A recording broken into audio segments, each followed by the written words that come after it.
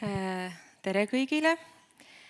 Mina olen siis Kerli Toom, olen siis otsetoetuste osakonna nõunik ja tänast ettekannet aitab mul teha siis Ulla Kaur, kes on siis meie osakonna kontrollibüroo juhtivspetsialist, et tema liitub meiega siis Zoomi vahendusel. Ja mida me siis täna või oma ettekandes tahame siis puudutada, on siis just jah, need, nii nagu Anu ütles, tähelepanekud siis pindalatoetuste taotlemisel. Ja võib-olla nii palju alustuseks, et me kindlasti ei käi läbi kõiki toetuste taotlemistega seonduvat, kõiki nõudeid, et tulenevad siis tänasest konverentsi sisust, siis me keskendume rohkem siis nendele toetustele ja nõuetele, mis on just seotud sertifitseeritud seemne kasutamisega, et tuletada just nende toetuste raames olulisi asju nagu meelde. Ja räägimegi siis taotlemisest, taotlemisel esitatavatest dokumentidest, nõuetest lühidalt ja hästi oluline on meie jaoks ka vääramatu jõud erandlikud asjaolud, millel peatume. Räägime kanepikontrollidest, KSM-i keskkonnasõbraliku majandamise toetuse sertifitseeritud seemne kasutamise nõudest ja lõpus siis ka erinevatest infokanalitest, kus siis saab PRIA edastatavat infot nagu väga lihtsasti kätte.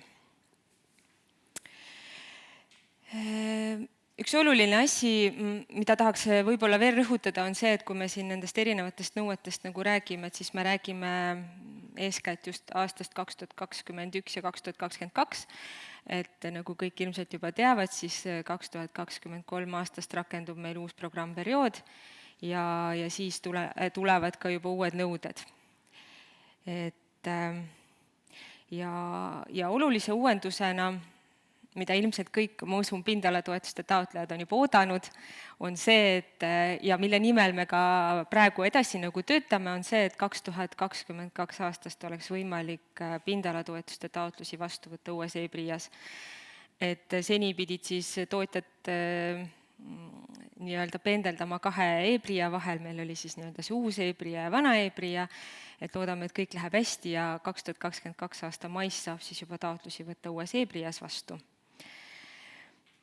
Ja nüüd, kui nõuetest rääkida ja esitatavatest dokumentidest, et meil on tegelikult 3 toetust, mis on põhiliselt seotud siis sertifitseeritud seemne kasutamisega, ongi siis kohaliku sordi taimede kasvatamise toetus ehk sort, on ühtne pindalatoetus kanepile ja on siis keskkonnasõbraliku majandamise toetus, kus siis on teraviljadele kehtestatud sertifitseeritud seemne kasutamise nõue. Nüüd sordi ja kanepile toetuse taotlemisel on siis määrusega sätestatud, et tuleb esitada ka siis PRIA-le siis seemne müügipakendi originaaletikett ja seda tuleks teha siis hiljemalt taotluste vastuvõtmise viimaseks kuupäevaks, mis on siis 15. juuni. Siis sellest etiketist tehakse PRIA-s siis koopia, see tembeldatakse ja need originaaletiketid tagastatakse siis taotlejale. Aga oluline ongi siin, et tihtipeale taotlejad unustavad need etiketid ikkagi ära esitada, et paneme siis südamele, et kui neid toetusi taotletakse, siis igal juhul tuleks need etiketid ka PRIA-le ära esitada ja tähtaegselt ikkagi. Ja oleme siis siia toonud ka 2021 aastal taotletud siis kultuurid ja pinnad on siis toodud siin kanepi taotletud hüpete pind, natuke üle 4000 hektari ja valdav enamuses taotletakse siis ikkagi finoolale toetust ja on mõned vähesed hektarid siis teisi sorte ka. Ja siis on ära toodud siin erinevad siis sorttoetuse, toetusõiguslikud põllukultuurid. Vaatasin täna hommikul veel järgi, et sorttoetuse taotlejaid üldse on meil 60, aga sealhulgas lisaks siis nendele põllukultuuride kasvatajatele on ka siis need marja- ja puuviljakultuuride kasvatajad, aga siin on siis ära toodud need põllukultuuride pinnad ja nagu näha, siis 2021 aastal põldhernest mehist ei ole siis selle toetuse raames nagu keegi kasvatanud. Nüüd kanepist. Kanepi põld on siis hüpete toetusõiguslik, kui seal kasvatatakse siis nii-öelda toetusõiguslikku kanepisorti. Ja need kanepisordid peavad siis olema kantud Euroopa Liidu ühtsesse sordilehte ja seda iga aasta uuendatakse. Ja see toetusõiguslike sortide nimekiri on siis kättesaadav ka PRIA kodulehelt ja 2021 aastal oli siis nimekirjas 75 sorti. Ja hästi oluline kanepi puhul on ka see, et kanepi õitsemise alguses tuleb siis PRIA-t teavitada telefonil, siin on siis infotelefoni number toodud, kuhu tuleb siis helistada. Ja seda kanepit tuleb siis kasvatada seni, kuni selle õitsemise lõpust on möödunud 10 päeva. Ja kanepi õitsemisest teavitamine on oluline just seetõttu, et oleks võimalik siis kanepitaimedelt võtta see THC määramiseks vajalik proov ja seda on võimalik teha ainult piiratud aja jooksul. Ja kui analüüside tulemusena selgub, et see THC sisaldus on siis suurem kui 0,2, siis see põld ei ole ühtse pindala toetusõiguslik. Et maaelu arengukava toetustel seda nõuet nagu ei ole, et seal neid proove ei võeta ja seal on ka kõik kanepisordid toetusõiguslikud, aga ühtse pindala toetuse taotlemisel kanepile on siis Euroopa Liidu poolt kehtestatud täiendavad reeglid. Siis on meil sorttoetus. Sort põllukultuuridele toetuse taotlemisel siis saab kasutada ainult siis sertifitseeritud seemet ja valgeristiku Jõgeva 4 kasvatamisel siis, kui sertifitseeritud seemet ei ole saada, on lubatud kasutada ka aretusseemet ja põllukultuure, millele siis seda toetust taotletakse, tuleb siis kasvatada vähemalt õitsemiseni. Et see on sellepärast, et teistel toetustel sellist nõuet nagu otseselt ei ole, aga see on lihtsalt sellepärast, et seda kultuuri ei kasvatataks lihtsalt toetuse saamise eesmärgil, vaid et taotleja ikkagi hoiaks seda seal kuni õitsemiseni. Ja valgeristiku Jõgeva 4 kasvatamiseks saab siis toetust taotleda kuni 4 järjestikusel aastal alates põllu rajamisest. Et kui soovitakse ka 5. aastal, siis see tähendab, et see põld tuleb uuesti külvata. Ja mis on hästi oluline muudatus, mida ilmselt juba tegelikult väga paljud selle kultuurikasvatajad võib-olla sellel aastal juba teada said, oli, kui meil tulid nii-öelda need üheaastased toetused, et siis 5-aastase kohustuse puhul ei pea taotleja igal aastal esitama PRIA-le siis neid müügipakendi originaaletikette Jõgeva 4 kasvatamise korral, siis just seesama, et 5-aastane kohustus tähendabki sisuliselt seda, et sa pead igal juhul kuni 5 aastat siis seda toetust taotlema, siis 1-aastase toetuse puhul sõltumata sellest, kas sa siis varem oled juba need etiketid esitanud ja isegi kui sa seda kultuuri siis taotlemise aastal ei külva, siis sa ikkagi need etiketid peab esitama.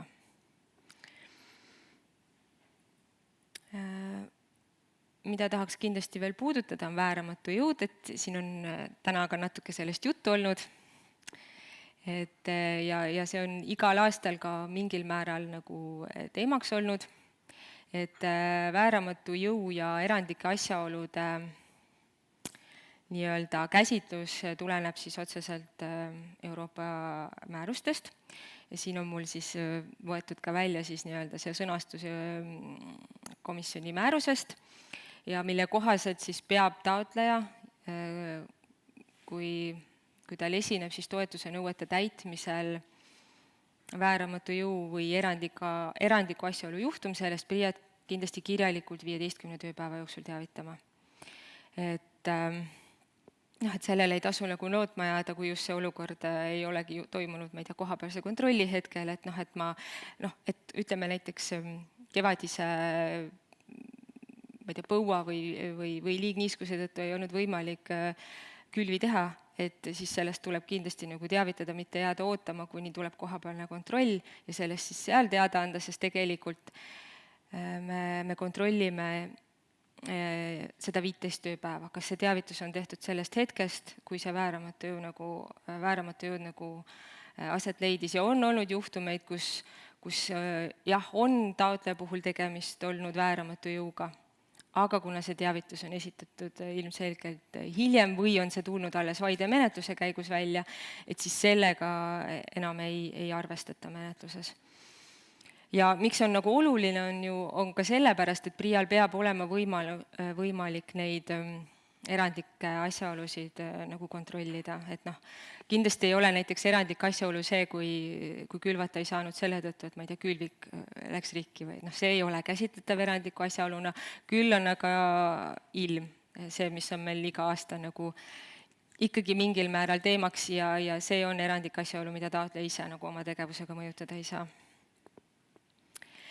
Ja mis on nagu oluline, on see, et kui see vääramatu jõud on leidnud kinnitust, et jah, see on ettevõttes nagu esinenud, siis on tootjal õigus jätkuvalt saada otsetoetusi.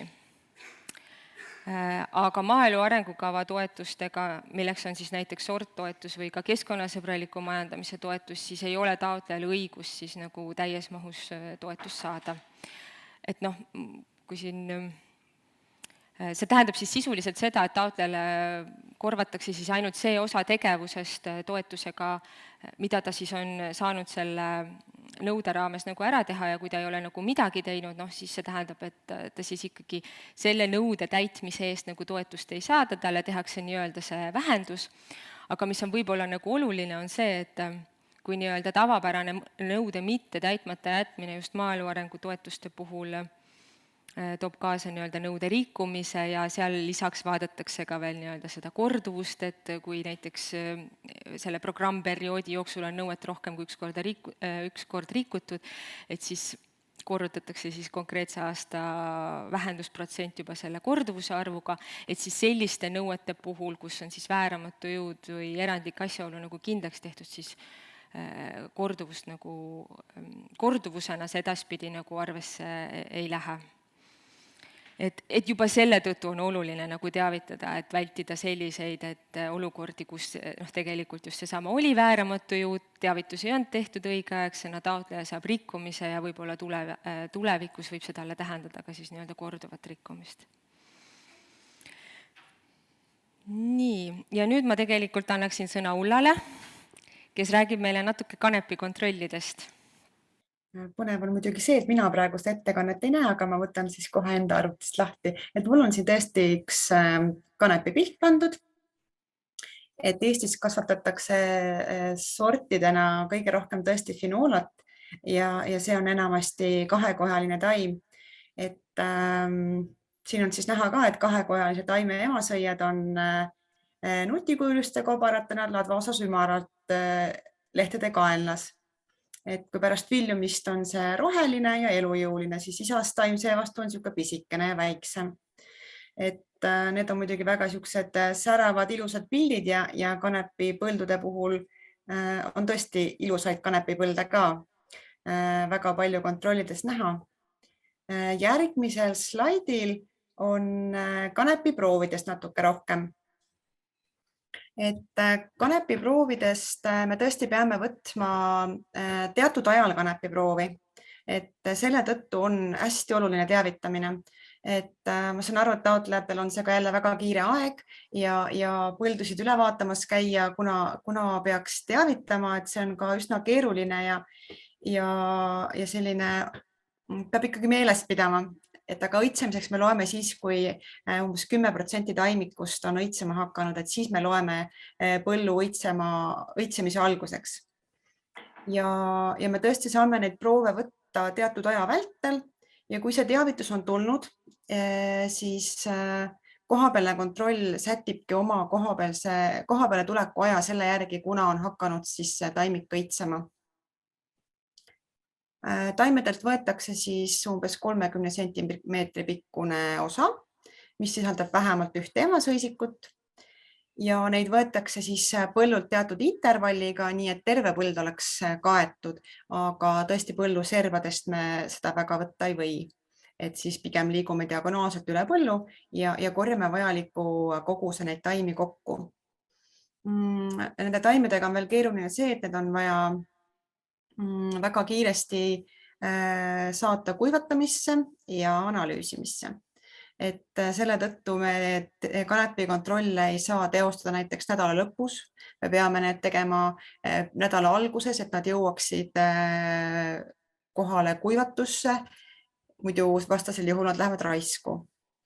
Et määrame sealt siis, määratakse sealt siis tetrahüdrokannabinooli sisaldust, lühendatult THC. See on siis kanepiürdi ja mõnuaine peamine psühhoaktiivne komponent. Et jah, kui see THC sisaldus on üle 0,2, siis toetusõiguslik ei ole, aga paraku sellega ka asi ei piirdu, et tegelikult ju proove analüüsib Keskkriminaallabor ja nende proovidega, kui nüüd see THC sisaldus läheb üle, siis tegelikult on ka politsei poolt algatatakse kriminaalmenetlus ja uuritakse siis, et mis mõnuaine ja mis eesmärgil seda põldu seal on külvatud. Et tegelikult on see selline mitte just väga meeldiv protsess, mis sellele peaks järgnema siis. Et Eesti Kohtuekspertiisi Instituut on siis see, kes võtab selle kaudu ühendust taotlega ka, kui see THC sisaldus peaks minema üle normi. Õnneks neid juhuseid ei ole väga palju olnud. Kanepipinda sellel aastal oli ka esimesel slaidi peal kirjas, on üle 4000 hektari. Selle COVID-i tõttu on nüüd meil olnud need kontrolliprotsendid paaril aastal väiksemad ja see ka kanepiprotsent. Et kanepiprotsent tavapärasel aastal on 30% taotletud pinnast. Sellel aastal oli 10% ja see oli siis laias laastus 454 hektarit, mida siis kontrolliti. Järgmisel slaidil on toodud mõned pildid erinevatest külvise normidest. Et külvise normi tegelikult taotleja, need ongi tõesti varieeruvalt olnud 6 kuni 30 kilogrammi hektaril erinevate taotluste pealt. Aga samas me ei saa nagu öelda ka, et väiksema külvise normiga põllud oleksid nüüd natukene rohkem umbrohtunud või natukene kehvemad, et tegelikult peab ikkagi põllumees hindama enda mullaviljakuse eripärasid ja püüdes ikkagi maksimaalselt vältida umbrohu teket. Et minu taustapildiks muidugi on selline tohutult kena ilus kanepipõld, et see oli ka selle aasta kontrollist. Et kanepi osas rohkem ei räägikski, et kanepipind muidugi on olnud meil mõnel aastal ikkagi väga suur, et kui algusaastatel kui kanepisort tuli, siis me alustasime tegelikult pindadega 600 hektarit ja 1000 hektarit, siis ta mingil aastal läks 15 000 hektarini. Ja nüüd on ta siis vaikselt uuesti nagu alla tulnud, et on populaarsemaid aastaid ja vähem populaarsemaid aastaid. Nii, aga järgmisel slaidil on nüüd ära toodud siis keskkonnasõbraliku majandamise sertifitseeritud seemne kasutamisega toodud nõuded. Et määruse järgi on siis nõue, et tuleb 15% külvipinnast, teraviljade külvipinnast kasutada sertifitseeritud seemet, teraviljaseemet. Et teraviljade loetelus on need kultuurid kõik kenasti olemas, mis gruppi kuhugi midagi kuulub. Mais ja tatra külvipind ning teiste teraviljade põllumajanduskultuuride segu külvipinnad, neid ei arvestata teraviljade kogupinna hulka. Ja samuti siis ka sertifitseeritud seemnega külvipinna hulka. Ja peab ka kindlasti järgmisel slaidil vist ongi kirjas ka see, et mida siis tohib ühele põllule kokku külvata ja mida ei tohi, et need on need kohad, kus kohapealses kontrollis me ikkagi oleme vigu leidnud. Et kui nüüd osa seemnest on sertifitseeritud ja teine osa ei ole, siis sellest tuleks kindlasti taotlusele teha 2 eraldi põldu. et see sertifitseeritud seemnega põld saaks minna siis arvestusse. Ja samuti ei tohi olla siis seguna külvatud sertifitseeritud ja sertifitseerimata seemet. Et siis ka me ei saa seda pinda arvestada selle 15% hulka. Ja kindlasti peavad olema need kanded põlluraamatus selle sertseemne külvamise kohta. Ja müügipakendi etiketid, et selle kohta ka Kerli juba rääkis, et need tuleb esitada ja määruse järgi on meil ka kohustus neid kohapeal kontrollida, nii ostumüügidokumente kui neid etikette. Et ka see tegelikult on probleemiks olnud ja probleemiks just pigem selle tõttu, et neid etikette tuleb ju alles hoida kogu kohustusperioodi vältel ja neid siis esitada, aga kohapealne kontroll õnneks väga tihti ühe sama taotleja juurde kogu aeg ei satu, et ei pea nagu väga palju ka muretsema, et te peate nüüd sealt neid välja otsima just väga tihti. Et kohapealse kontrolli mõistes väga palju muid selliseid probleeme või selliseid meeldetuletusi ei olegi teile rohkem anda. Et tõesti jah, see, et oleks tähelepanelik, millega kokku külvata võib ja keegi kirjutab, et ei kuva kõiki slaide. Ei tea, kas sealt poolt osatakse seda aidata, aga ja praegusel hetkel mina siit lõpetan. Aga aitäh sulle, Ulla! Ja lõpetuseks panime siia natukene ka kasulikku infot nii-öelda.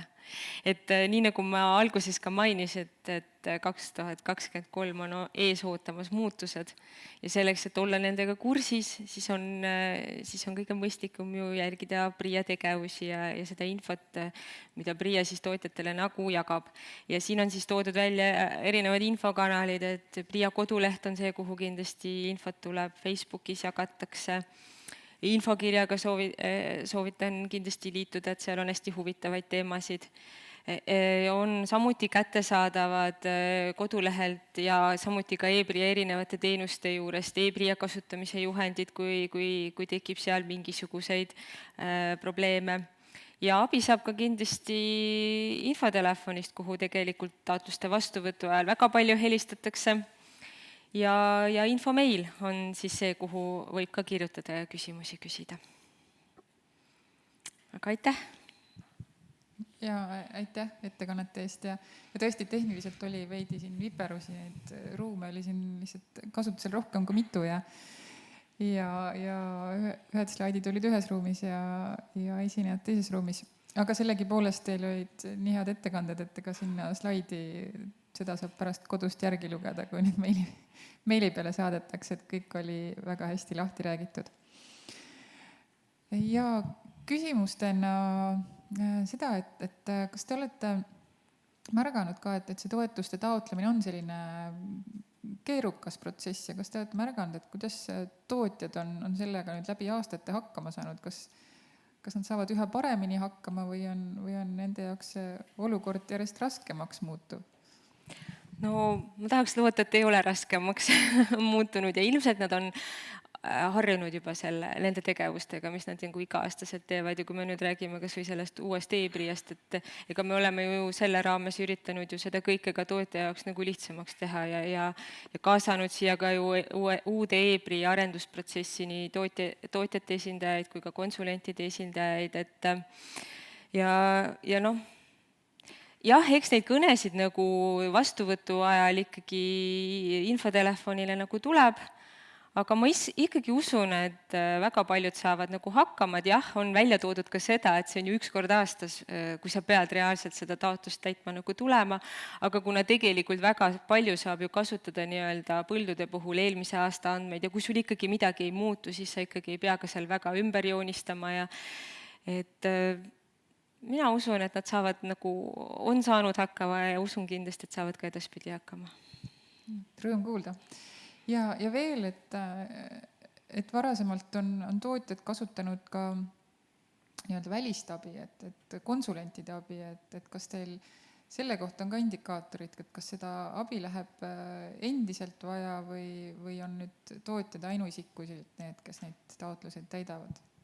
Nii see kindlasti ei ole, et jätkuvalt kasutatakse tegelikult hästi palju nagu konsulentide abi. Me ise suhtleme hästi tihti konsulentidega, korraldame koostöös ministeeriumiga õppepäevi konsulentidele, et kindlasti tootjad neid kasutavad ja ma usun ka väga palju suurtootjad, sest tegelikult konsulent on ju ka nii-öelda nõuandja. Et mitte ainult kui taotluse täitja abivahend nii-öelda, aga kindlasti suudab konsulent anda neile ka nagu väärtuslikku nõu üleüldse toetuste nõuete täitmise osas.